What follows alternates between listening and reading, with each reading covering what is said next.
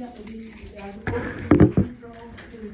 since it is not enclosed within the peritoneum, we have to provide some extra protection. It came in these different layers, from inside out.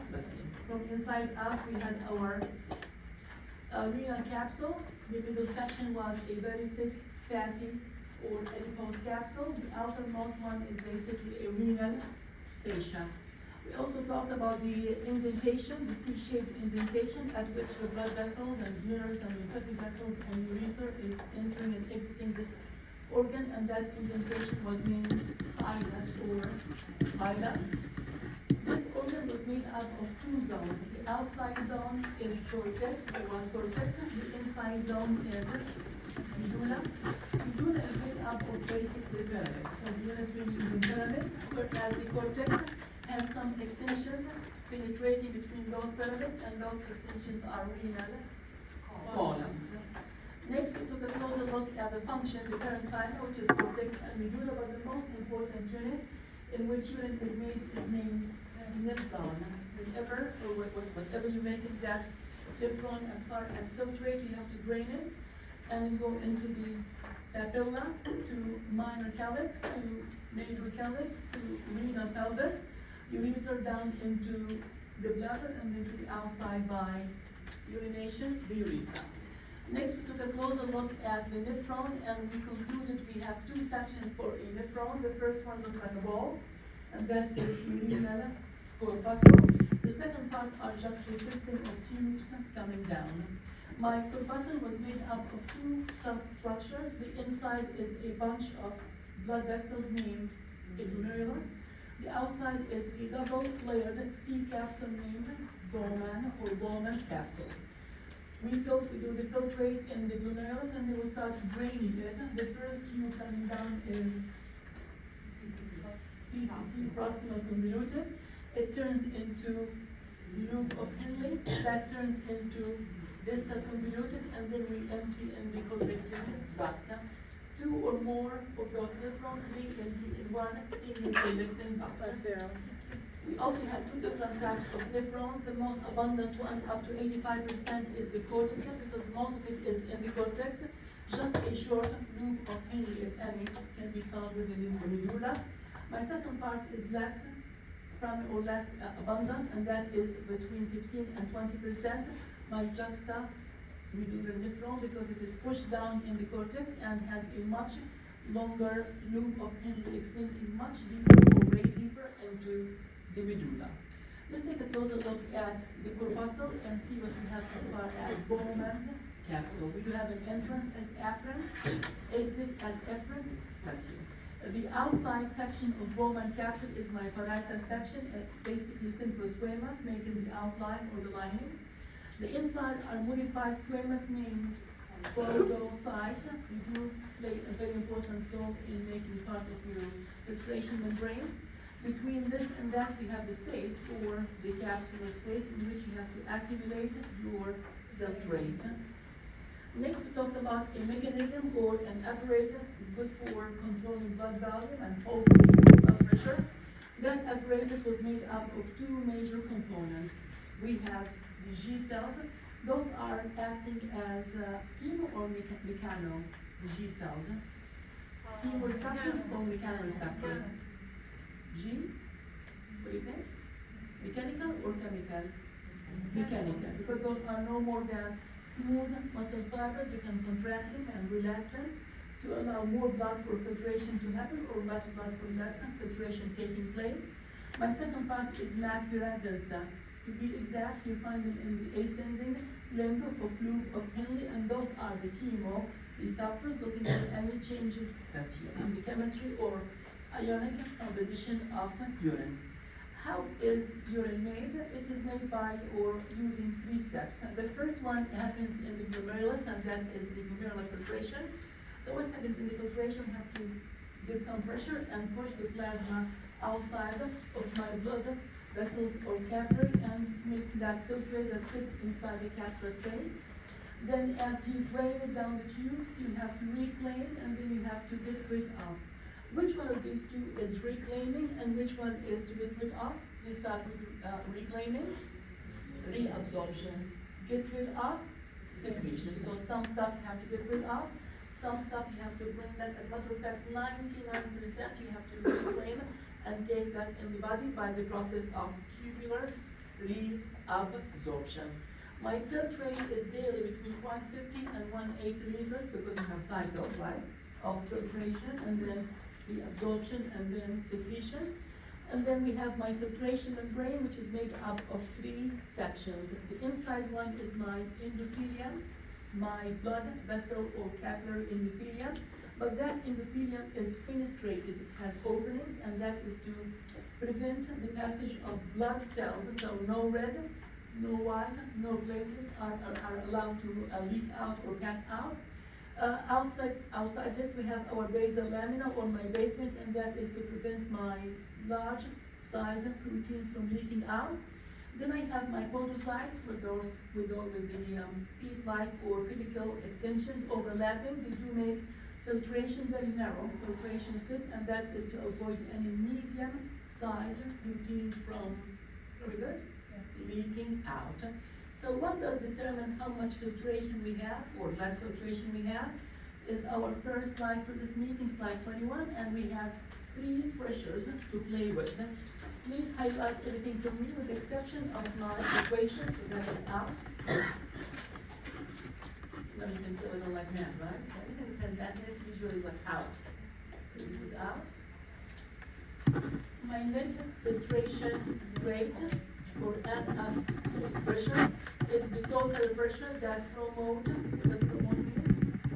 it helps, right? Helps with filtration. I have 3 pressures to play with, and it's not as bad as what we did before for hydrostatic and for also osmotic. When we did chapter 21, this is similar but not as bad. It's quite simple. Let's take a look at the sketch then from slide 22 and digest it visually to start with. This is my slide. Please highlight the 3 pressures. Again, not even close to the complexity of the 4 pressures we did discuss earlier in chapter 21. This is much simpler. Now this is my entrance, isn't it? My effort, and that is my exit, must be my effort. This is Bowman's capsule, and we apply pressure to make our filtrate that will be accumulated within my capsular space anyway, and then we start draining it down the tubes. I have 3 colors. I have purple, I have orange, and I have green. Purple, green, and orange. Which one of those is pushing out? What color is pushing out? Purple. Only purple. And which one or ones are pushing back in? Green. Exactly. Looks like green is pushing back in, and the same thing, also orange is pushing back in, and this is how it works. What do we have inside my blood capillary? Blood. Isn't blood mostly water? Of course. Water is pushing out by the hydrostatic pressure we talked about, so this is my blood hydrostatic pressure. Where is that coming from? It is coming from the blood that I have inside my vessel. That is 96% water. That water is pushing out, and that is my, again, blood hydrostatic pressure. That is my pushing out. That is my purple one. But I have a filtrate sitting here, right? I just made a lot of filtration, and I have a lot of water also sitting in my capsule space. It does have pressure, doesn't it? That is my capsule hydrostatic pressure. So think about it. I have water inside, I have water outside. The water inside is pushing out, and that is my blood hydrostatic pressure. The water outside is pushing back in, and that is my capsular hydrostatic pressure. Please notice both are hydrostatic, both are concerned with water pressure. One more time. The first 2 pressures are water concerned, hint hydrostatic. Inside I have a lot of water in my blood. Outside I have a lot of water in my filtrate that I accumulated in my capsule space. The blood is pushing out, and that is my blood hydrostatic pressure. The water outside is pushing back in, and that is my capsular, are we good? Hydrostatic pressure. Now the last one is not hydrostatic, it is rather osmotic. And here comes my little thinking of osmosis. between inside and outside, between inside the blood vessel and the capsular space. What side of these two guys has more proteins, much more proteins? Inside, perfect. And by osmosis, water is moving from outside in. And that is my blood colloid osmotic pressure. Please allow me to rewind for a second, and then come back and confirm one last time.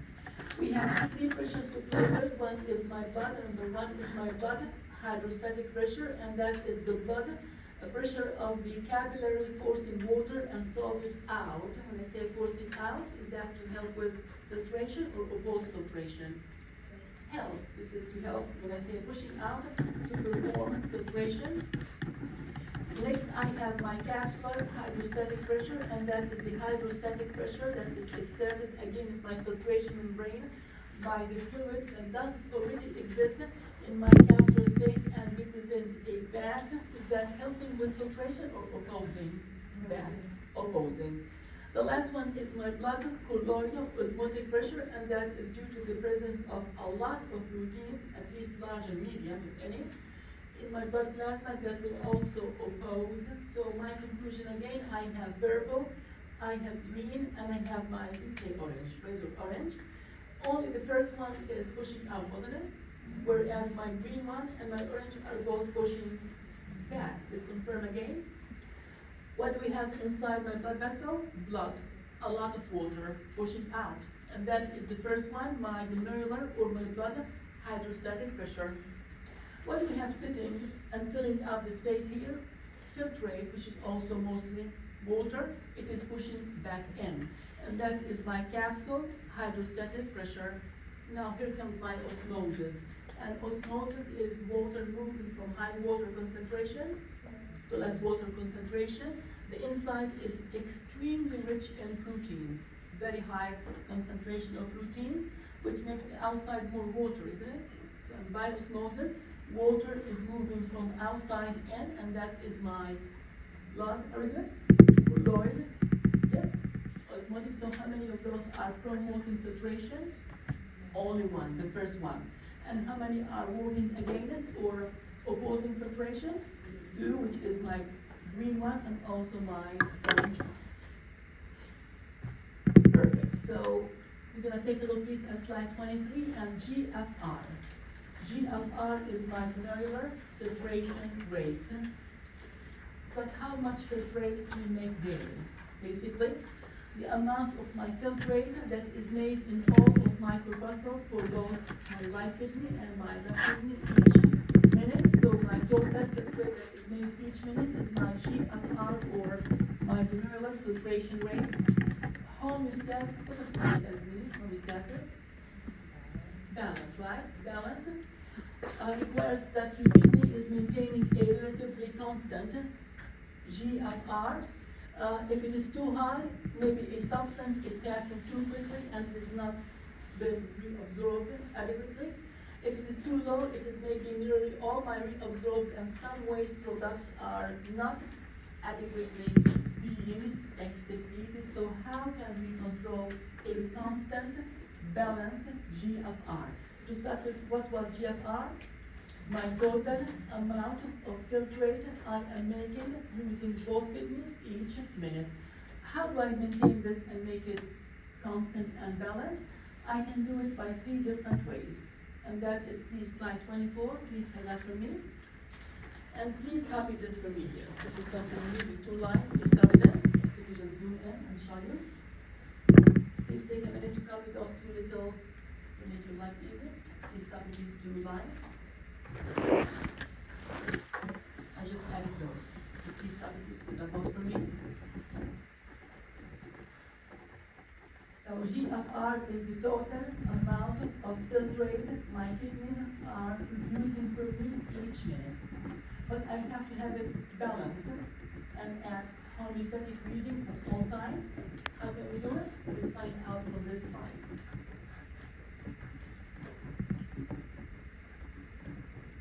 As we go over and dissect how we can control it, every time I mention decrease GFR, it means making concentrated urine. Every time I mention increase GFR, it means making diluted, so in the back of your mind, increasing GFR is diluted. Decreasing GFR means making concentrated, so keep this piece safe in the back of your mind as we go over 3 different mechanisms to control and have a balanced GFR to begin with. Please allow me to start with our third one, and so we're going to start with 3, and then 2, and finish up with the first one. My last one is my hormone chapter 18, hormone regulation. We do have a hormone A3L. I forgot what it was M stand for. Natriuretic peptide, right? So A3L, natriuretic peptide is a hormone made by your heart, your atrium in your heart, and that hormone, if needed and if used, it can increase the filtrate from, what does it mean? Increase filtrate, it means making, this is the way to explain it. So it does increase filtration formation, means it is making diluted urine. So I can use my endocrine system, I can use chapter 18, I can use the A3L, natriuretic peptide in making diluted urine. If that is not helping, let's try something different. Let's try our nervous system. My nervous system, my autonomic nervous system with both hormones, epinephrine, norepinephrine can inhibit filtrate formation. What does it inhibit filtrate formation mean? Making concentrated urine. One more time. More filtration means more watery, which means more diluted. Less filtration means less water content, which means concentrated. So I'm going to go back to the first one, hormone, and that's my APL, natriuretic. It is good for making, as you can see, concentrated urine. Sorry, making diluted urine. The second one, my autonomic nervous system, when I say inhibit, and that is basically making concentrated urine. The last one is kidney or renal auto, which means self. Now, on the exam next Wednesday, which one is the most important before I go over number 1? Is it auto the most important? Is it nervous system or maybe hormone endocrine? Which one is the most important in this big picture? Of course, auto. So please take it out. The kidney can control, can you see, kidney itself can maintain a constant renal blood flowing and a constant GFR. So if that fails, you can get help by using your nervous system and can get help also using your endocrine. But the most important one, of course, is number 1, and that is the kidney can take care of itself. How can my kidney take care of itself? It can happen on 2 different mechanisms. The first one is myogenic. Myogenic. Myo is a prefix, it means muscle. Let's take a look at it. It happens when my stretching can trigger the contraction of what were G cells? Smooth muscle fibers, right? Or smooth muscle tissue. So what I'm gonna do with it, I'm gonna contract them or squeeze them. If you squeeze your G cells, does that mean less blood is moving in? Yes. Does that mean less filtration is taking place? Yes. Does that mean you are reducing the GFR, which means you are making concentrated urine? Yes. One more time. The first one is myo. Even on the exam, you get mixed up, so think of myo means muscle. And the muscle in that picture must be my G cell, because those are smooth muscle tissue. So I'm gonna start contracting those muscles. When I contract those muscles, remember, I'm gonna squeeze and close the entrance, which means less blood is moving in. It also means less filtration is taking place, which also means I am now making concentrated. Isn't that the same as reducing GFR, making concentrated? The same thing. So if I contract the muscle, my intention is making concentrated urine. My next one is my macula densa, still in my same stuff we learned on Monday. Macula densa provides a feedback to the glomerulus. It will inhibit releasing the gas nitrate. Do you guys remember nitric oxide? The gas nitric oxide? It's a gas once delivered to the blood vessels. What does it do, or what did it do? It relaxes, right? So whenever I hear nitric oxide, I think of relaxing my blood vessels. It is a dilator. It does dilate your, or vasodilator, it does dilate my blood vessels. but I am inhibiting it. When I say inhibit means you're stopping it, right? If you stop it, what happens to your blood vessels? It will constrict, which means contract the entrance, and also less blood is moving in, less filtration is happening, and I am at the end of the day making again concentrated urine. So here comes my conclusion. The only one is making diluted is number 3. Just to make it clear. So the only one that is making for me diluted urine is my hormone, of course AMP, hormone usage. Whereas my nervous system is good for making concentrated, and my O2 is also, with my 2 mechanisms, are good for making still concentrated urine. So nitric oxide is a gas, it dilates. I try to stop it. If you don't have nitric oxide, the vessel will dry, the entrance will start now squeezing, right, and constricting. In that case, less blood is moving in, less filtration is happening, and you make concentrated urine. And then, this is my first mechanism, which is using my G cells. You contract those cells, and again, less blood is moving in, less filtration is happening. In that case, you are still making concentrated urine. My 3 pressures we talked about, just to go back for a second, how many of those 3 colors were promoting and helping with filtration, moving out? Only one. What color was it? Was that? The purple. Isn't that my blood hydrostatic pressure? Yes, it is. What about my green and my orange? Are they moving out or moving back in?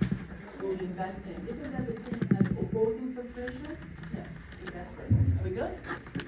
That's good. And then we have control. And the most important mechanism, was it 3-2 or number 1? The most important? 1. Auto-regulation. Perfect. Please jump with me to slide 25 and highlight it.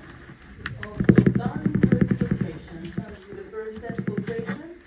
Let's now move to reabsorption and finish up with secretion. What happens in reabsorption? We are returning of most of the filtered water and many chemicals back to the blood. Isn't that to reclaim the absorption? I think it is. And what percentage do we reclaim? Same thing. So about 99% of filtered water will be reclaimed and returned back to your blood. My proximal convoluted tubule is making the largest, this is on the exam, I promise. I made it in red. Pre-underlined, you cannot miss it. So what type of duct is the most important duct for reabsorption? Again, which of the following? Which of the following is the most important duct? Is the most important duct for reabsorption? Which of the following is the most important duct for reabsorption? Loop of Henle, collecting duct, my proximal convoluted, or maybe distal convoluted? Which one is the most important? Right, the large means, when I say largest, it means the most important, the same thing. So the most important and the largest contribution for reabsorption happens right here in my proximal convoluted tubule. But I have 2 different types of reabsorption. I have my obligatory, I have my facultative. Facultative means optional. So if you want to add between 2 brackets, this means optional. So this is my obligatory, and that is my option. So facultative means optional. I have 2 types of reclaiming. My first one, I have to do it, and that is my obligation, my obligatory. It is my water reabsorption that results in my tubular fluid and happens usually in my proximal convoluted tubule. Whereas my optional, my facultative, it is based on my needs. It happens in either my distal and sometimes in my collecting duct, and can be regulated by my hormone, anti-diuretic. I'm giving away a lot of questions, folks, a lot. But this is on the exam, I promise. the hormone ADH. Let's go back to chapter 18. Whenever I mention anti-diuretic hormone, I have in the back of my mind one function, and that is making concentrated urine. So every time I mention or think of ADH, it is a hormone that is good for making concentrated urine. But it came with a cousin, right? That cousin was named L-DOS-T-RO, so together, right, can help making concentrated urine. So the back of your mind, every time you see ADH, automatically making concentrated urine. So my obligatory is happening in my proximal. My optional one, and that is facultative, is happening in either my distal and sometimes in my collecting duct but my control is done by my ADH. In that case, my collecting duct should have receptors for both ADH and the cousin again. That cousin is my L-DOS-T1. Then we have secretion. This is to get rid of, right? To eliminate. It will transfer material from blood into my tubular fluid. It will help controlling pH. We're going to take a look at that mostly in chapter 27, and also help eliminating substance from the body like any toxic or waste products. Perfect. Please grab your highlighter then, and let's take a look at slide 26. And all I want is the title and what I highlighted. Just title and what I highlighted. Just my title in red and what is highlighted. Please read with me. This is my proximal convoluted tubule. Do we have just reabsorption? Do we have just secretion, or both reabsorption and secretion both happening in my proximal? Both. It's confirmed. I have both reabsorption and secretion happening in my first tube, and my first tube, of course, is my proximal convoluted tube. All I want are examples. What can you secrete? I can secrete chemicals such as hydrogen, ammonia, and urea, just examples. What can you reabsorb? I can reabsorb chemicals such as sodium, glucose, amino acids, lactic acid, just vitamins without water, just make it easy, vitamins, and then I have phosphate plus sulfate. Are we on the same page? So all I want is the name of my tube, and that is proximal convoluted. The idea, what is happening, is it only reabsorption? Is it only secretion, or both? Both. Can we take examples? Yes, we can. For secretion, I have hydrogen, ammonia, and urea. For reabsorption, my examples can be water. I have, glucose, sodium, amino acid, lactic acid, vitamin, sulfate, and also phosphate. Are we good? Next, just the title and what I highlighted. Again, just my title and what I highlighted to make it easy.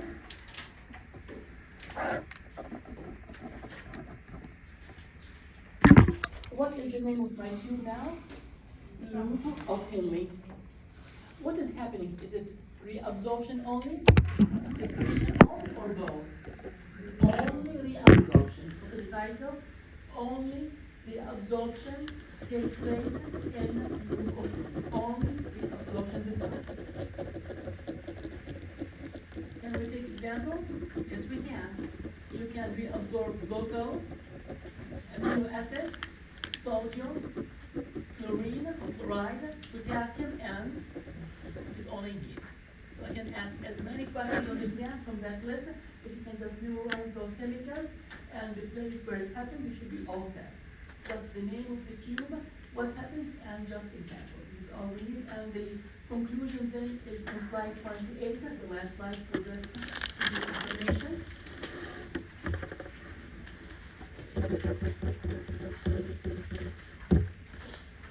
Let me start with the first one here, and that is my distal convoluted. Then we're going to wrap up with collecting duct.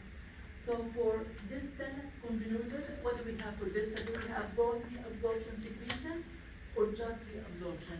Just Just reabsorption. reabsorption, just like your only reabsorption. Can you give me examples of chemicals you can reabsorb? Yes, such as sodium, chloride, potassium, okay. And how do we, chloride, and then we have also, what is this, Ca? Calcium, perfect. Now, the conclusion is my collecting duct, what do we have in this? Do we have only absorption, only secretion, or back to the combo? Back to the combo, because I have both reabsorption and secretion happening in my collecting duct. What can I reabsorb? You can reabsorb sodium and, what is this one I got here?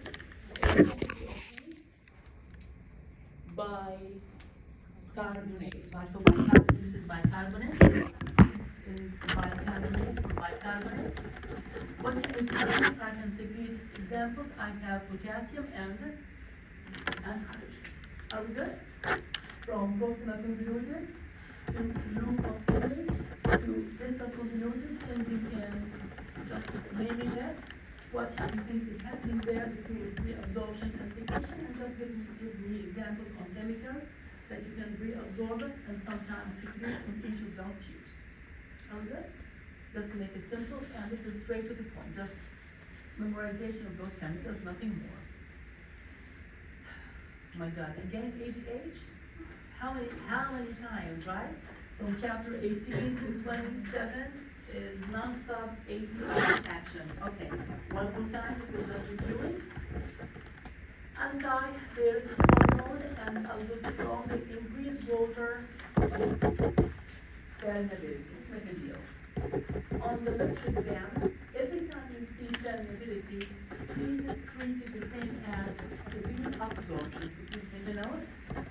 Reabsorption and permeability can be used interchangeably. And I do have an example. I have many permeabilities. So every time you read permeability, in the back of your mind, the translation is reabsorption. And what was reabsorption? Reclaiming, wasn't it? Taking back and reclaiming your chemicals, which is water. It increases water reabsorption. And the last part is my distal convoluted and also, so what does it make? Concentrated or does it make diluted? ADH, concentrated urine. My opposite one to this is my atrial, we just talked about it, let's review it again. My atrial natriuretic peptide, a large increase in the blood volume promotes releasing AMP. What organ makes it? Atrium. Which is what organ is it? Atrium? Heart, right, in the heart. It will decrease blood volume and pressure by inhibiting reabsorption of water and sodium. And also it will suppress it. So if the first one was making concentrated, what is the function for AMP making? Diluted. I'm just reviewing chapter 18, nothing more. So every time I mention ADH and aldosterone, that is good for making always concentrated urine. So that combo, aldosterone, but most important, ADH is good for making concentrated urine. Now, if I want to make diluted, I have to go with my second option, and that is AMP. So AMP is always reserved for making only diluted urine. Again, just reviewing what we learned in chapter 18 and the previous course chapters in which those words were mentioned. Again, ADH again, I mean, oh my God. Okay, so the next slide is the same information, just rephrased. Even though your fluid intake can be highly variable, the total fluid volume in your body remains stable. It depends in large part on what is the most important organ to maintain water homeostasis in your body. The most important organ, kidney, by making urine, right? The number is going to be our next chapter, chapter 27, so remember this information. Whenever we mention water loss, how much water you lose, and the most important organ that determines how much water you lose is your, of course, kidney, by making urine. In regulating the rate of water loss in making urine, ADH controls whether diluted or concentrated urine is sometimes made. If I don't have enough or low concentration of ADH, I end up making diluted urine. And if I have a high level of that hormone, I think it's making more and more concentrated urine by increasing water. And I say by increasing water permeability, yes, permeability means the same as water reabsorption. Before I jump to the next slide and our conclusion, let me just confirm one thing with close. A and B versus ADH. When I say ADH, it comes with a cousin, right? So that I'm always coupled with a cousin, aldosterone and slash ADH. Which one is good for making concentrated ADH slash aldosterone all the time, right? Which one is making diluted urine? ANP. Perfect. I think ANP was made by the Adrian in my heart, wasn't it? Yes. And Adrian, right? Or the upper chamber in my heart. Are we good? Yes? All right, let's jump to our conclusion then, and please highlight for me the slide. Let's do the elimination, post-transportation, storage, and then elimination, the last part we have in slide 20, in chapter 26. So we leave it, we have to move it and store it in the bladder, and then by urination we have to expel it to the exterior. Urine drains from my papillary duct into what comes after the papilla, minor, and then major, and then pelvis, and then urethra. Is confirmed. From my papilla into minor, we will unite to make major. Those will unite to make renal, pelvis. What does calyx mean? It means cup or a little cup. The term calyx means cup. Calyx is single plural calyces. Please notice, major calyces, many. So one cup is calyx, many cups, calyces. So we have to start with the papilla, move into minor, move into major, jump into pelvis in this exact order. Urine, which is up to 96% water, then drains into the ureters all the way down into the bladder. Next we have ureter. Each of my two ureters transport urine from renal pelvis of one kidney to the bladder. And what is helping in the transportation of urine? Three things. I have in three different colors. I have gravity. Let me begin with gravity. Look at the location of kidney and the location of the. So which one is on top? Kidney or bladder? Kidney on top, and by gravity, it helps in draining urine from the kidney into. So that is confirmed, isn't it? So location-wise, since my kidney weight on top of my bladder, it helps in draining urine and taking it down from that organ down into my bladder. Next, I have hydrostatic pressure. Where is that coming from? The 96% water, right? So most of my urine is water, and that is pushing, not pushing up with gravity, it is pushing down. So that is also helping in the transportation of urine from my kidney down into my bladder. And the last one is, does that ring a bell? Peristalsis or peristaltic contractions. The same thing, think of your esophagus. Did we have the milking contractions? The same milking contractions take place also in your urethra. As a matter of fact, if you take it to the tube and dissect it, make an incision, take a look at the cross-section, you still have, remember the muscle, the circular and longitudinal, the same exact anatomy as in the esophagus. So you have my peristalsis, because I have muscles, it will milk urine down from me. I have gravity helping and draining urine down into my bladder, and on top of that I have also my water pressure, because I have 96% of urine is water to push urine down from the bladder, from the kidney down into my bladder. We have no anatomical valve at the opening of the ureter into the bladder, because when the bladder fills it compresses, and what does it mean? It means the following. I'm going to jump right into please slide 34, give you time to highlight.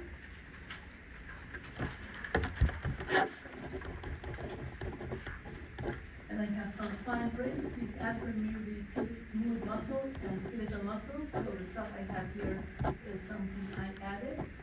Smooth muscle and skeletal muscle. This is important when we start looking at voiding. What is voiding? But this is not an exam. It is on my PowerPoint. If is on the exam, and people sometimes ask me, what is voiding? Well, it's on the exam. It is on the page, right there from my PowerPoint. We have 4 ways to name it. Urinate, or pee, right? Or take a leak, right? Take a leak and pee and urinate and void and micturate. Micturate. Micturation means also to pee. Or go pee, no? You have a dog at home, you butt out, and you don't end up to pee, you won't understand. No, go pee. Good boy, good girl. Go pee. Make daddy happy, go pee. And they look at you like, what is he talking about? But we have many ways to explain it or to name it, either to pee, micturate, urinate, and void. It all means the same. This is the bladder, and this is something we learned from that exam too, right? So we have the information in the back of our mind. How come we have no valves? What stops urine from going back up? How come we have no valves at the entrance, which is something we named as urethral orifices? How come we have no gates? Because every time you fill up the bladder and it expands, just like your heart, how come we have no gates at the entrance into right atrium and left atrium? Because every time they expand, they close the entrance firmly. The same idea. Every time this organ is expanded, because with urine, it will push against that entrance and making sure that no urine is going to move up. Urine is only moving down, and that is to the outside via, of course, urethra. So that is my information. We're going to jump to our last slide then, slide 32, and please highlight it for me.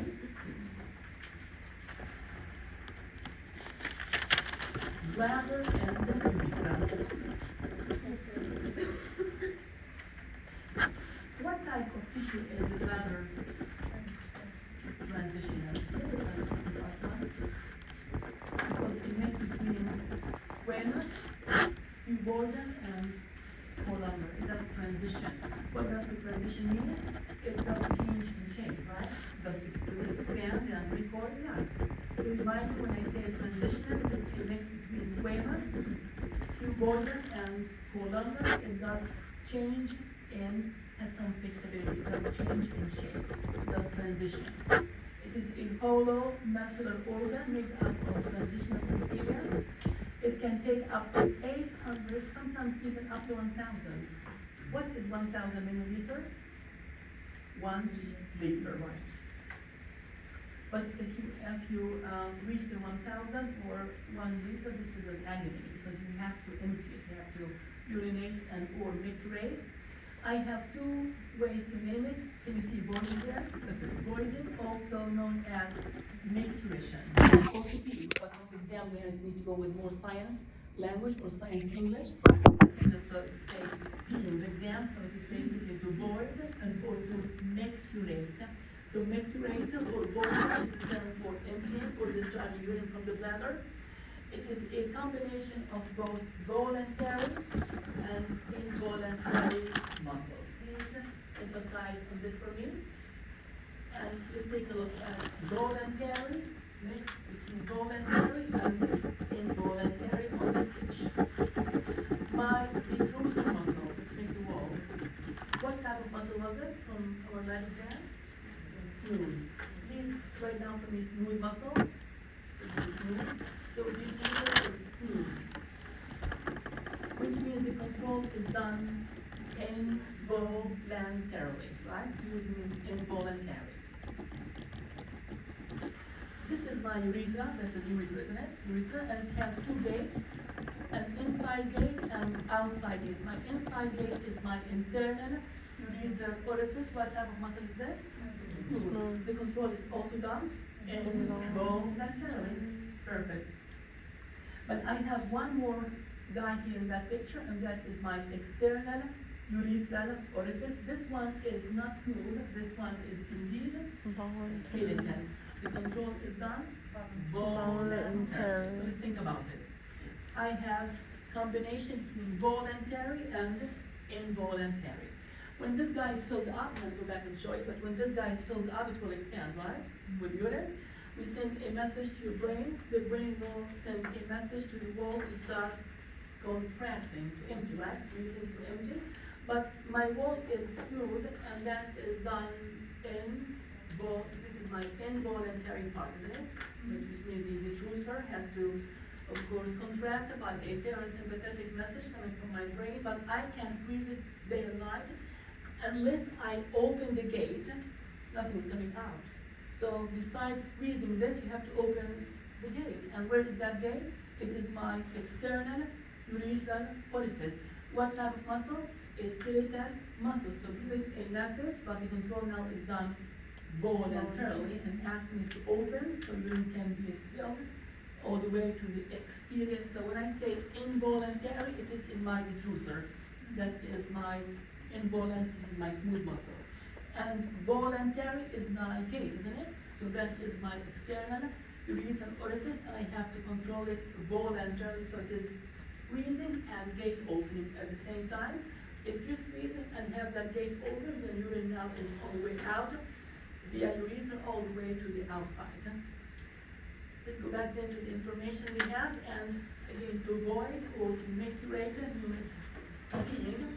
It is a combination of both voluntary and involuntary. So whereabout was involuntary? Detrusor muscle. Whereabout was my voluntary? My external, yes, urethral orifice. When my volume increases, I have switch receptors sending a message to my micturition reflex center, and that is found in my spinal cortex. Notice spinal reflex. So that center is in my spinal cord, not in my brain. It will communicate my brain. My brain will send a message. What type of message is that? Vera, which means involuntary. My parasympathetic message, involuntary, signal to increase the contraction in my detrusor, which is my smooth muscle, and that is to mean, of course, means to push down. And then just to wrap it up, smooth, trigon is a smooth triangular area. And what made trigon so important from my second lab exam? Why is trigon so important in the anatomy? 90% of my stretch receptors can be found just right here, folks. 90% of all stretch receptors. What do I need those stretch receptors for? To send a message, right? Spinal cord to communicate and start squeezing so I can empty the bladder, right? So I have to make sure that this area has most of the infections happens unfortunately in the trigon. Most infections take place in the trigon, but trigon is very rich in 90% of stretch receptors can be found in the trigon. Good, and then my concluding statement, it's on slide 36, urethra. A small tube leading from the internal urethral orifice in the floor of the bladder all the way to the outside and in male. It is good for discharging semen as well as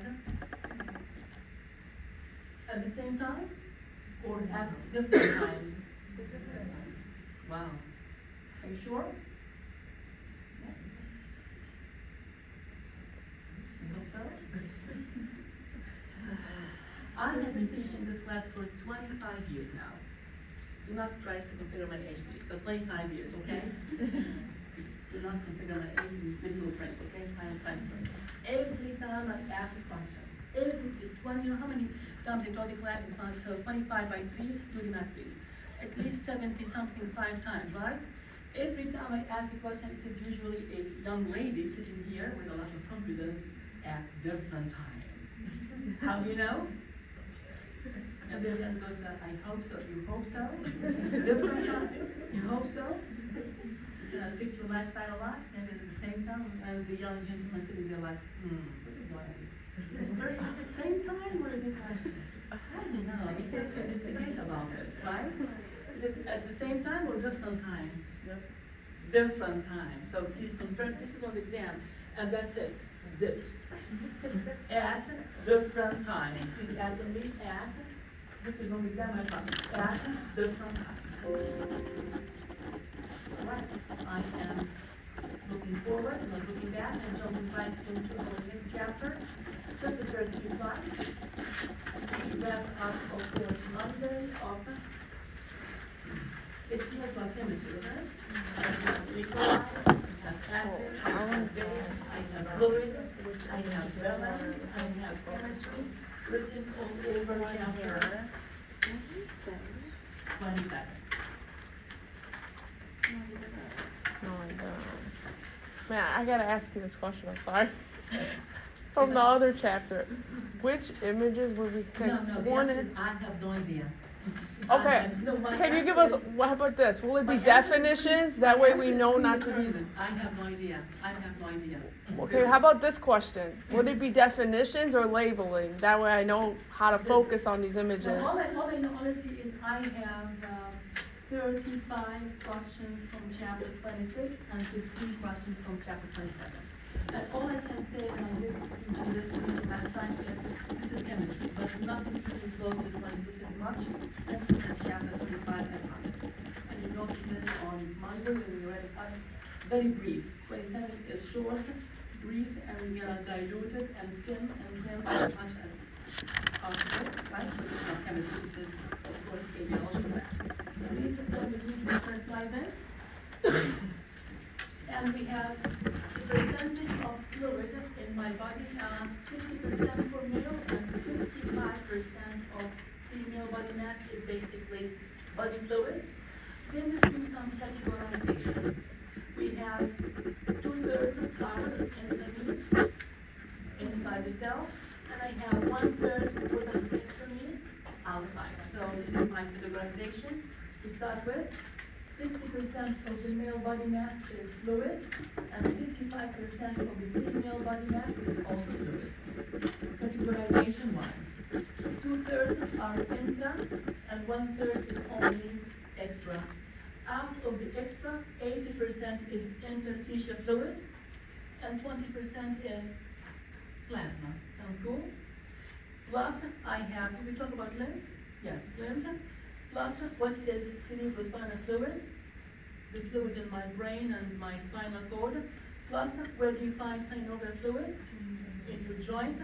Plus, where about is your aqueous humor? From part 1, it's in my eye. Plus, endolymph and peri are both in my ear anatomy. Plus, those are my serous fluids, my pericardial and pleural, and also peritoneal. I'm gonna slow down, rewind one more time. 2/3 intra, 1/3 is only extra. Out of that 1/3 extra, 80% goes for interstitial, 20% goes for plasma. We also have some tiny fluids besides plasma and interstitial, including my lymph. Cerebrospinal fluid is in my brain and spinal cord. Synovial fluid happens to be in my joints. Aqueous humor is in my eye. Both endolymph and perilymph exist in my ear anatomy. And then I have my pleural, pericardial, and peritoneal fluid. We talked about those serous fluid and details in anatomy too. The same information, nothing to highlight. I have 2/3 intra, 1/3 extra, 80% interstitial, only 20% plasma. Please highlight for me slide 4. And we're gonna start with 5 and then bounce back and confirm with slide 4.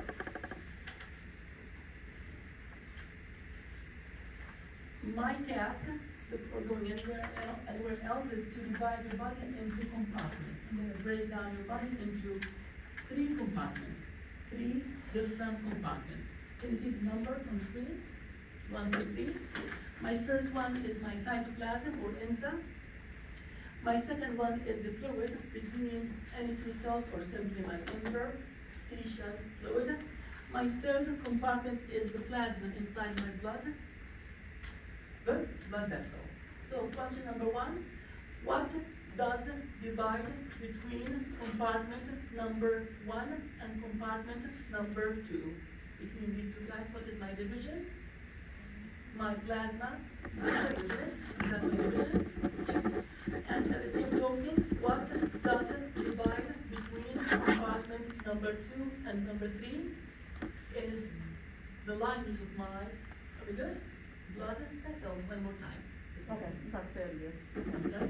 No, you said you're about to say it again. Oh, okay, so I have 1 and 2, my division is my plasma membrane or cell membrane. 2 and 3, the division is my lining, right? The wall of my blood vessel. Let's go to slide 4. I have 2 barriers and I have totally 3 different body compartments. My plasma membrane is to separate between my intra and the surrounding interstitial. Is that accurate? What I'm saying is my cell membrane is my separation between my intra and my interstitial. Is that accurate? Yes, indeed it is. Bless you. And at the same token, my blood vessel lining is to divide between my interstitial fluid and my lymph. That's all. Is that also correct? Let's find out. Isn't that wall here my division between my interstitial and my plasma? Yes. So in the back of my mind, in this chapter, break down the body into 3 compartments, and we have 2 barriers in between. My 3 compartments are my intra, my cytoplasm, my interstitial fluid, plus my plasma. Between my interstitial and plasma, I have the wall of my blood vessel to divide between. Between my intra and my interstitial, I have the cell membrane or plasma membrane to divide in between. Oops.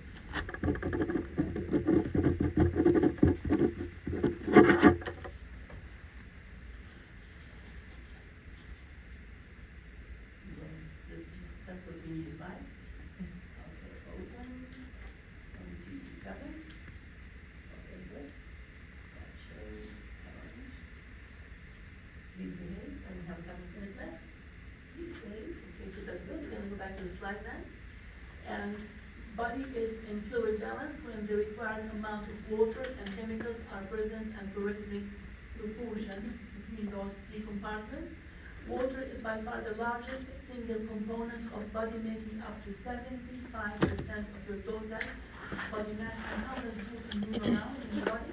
We have filtration, absorption, secretion, but most important, osmosis are all continuous, important to the continuous exchange of water and chemicals between your body compartments. My last slide is slide 6, and we will wrap it up. Please enlighten me with slide 6. How do I gain water and how do I use it? How does the body gain water and how does the body use water? My fluid balance is related to electrolyte. What is an electrolyte? Any chemical that would have it here. You can do it one, you can do it today if you want. What is an electrolyte? It is any, I find it first. Any chemical that breaks down into ions. Now, I'm gonna copy it. You can go ahead and copy it. So either way, any chemical, when you dissolve it, it breaks down into ions. We name it an electrolyte, like acid.